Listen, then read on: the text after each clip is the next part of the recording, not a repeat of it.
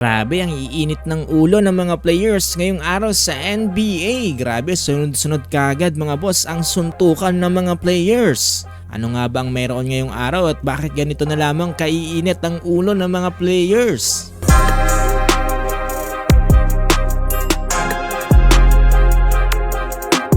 So bago natin simulan ang pinakamagulong laban ngayong araw, eto dito muna tayo sa naging laban ng Atlanta Hawks kontra nga dito sa Minnesota Timberwolves. Ito kasi mga boss early in the fourth quarter ay bigla na lang nagkagulo.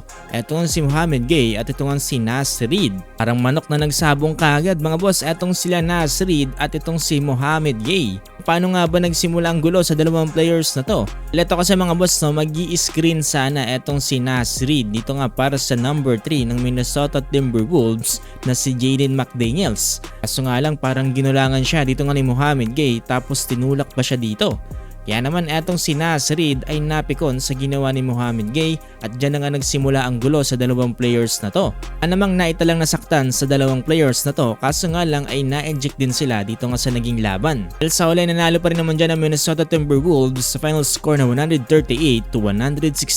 Pinangunahan ni Anthony Edwards na kung saan nakapagtala ng 30 points. Pero wag kayo mga boss hindi lang yan ang nangyaring gulo dito nga ngayong araw sa NBA dahil ito mas matindi. During sa laban ng Charlotte Hornets kontra nga dito sa Detroit Pistons, to under 7-minute mark, ball possession for the Detroit Pistons tapos itong si Jalen Duren ang may hawak-hawak ng bola. Nagbabantay sa kanya yung number 14 ng Hornets na si Moza Diabate. Lilaw naman na mayroong foul na nangyari dito sa ginawa ni Moza dito para kay Jalen Duren. Kaso nga lang parang nainis itong si Jalen Duren ay lang ginawa niya ay parang ginawang pusa mga boss nanginudngod yung palad sa muka. Dahilan para mainis ang player na to at talagang sugurin etong si Jalen Duren. Kahit sobrang awat na ng mga referees mga boss ay talagang ayaw papigil neto ni Moza.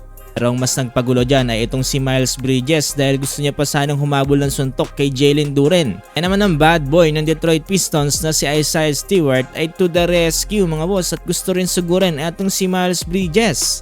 Parang bumalik sa classic NBA mga boss yung gulo dito na nangyayari. Kaya naman sa huli ay na-eject ang apat na players na to. Pero nagawa pa rin manalo dyan ang Detroit Pistons sa final score na 110-104.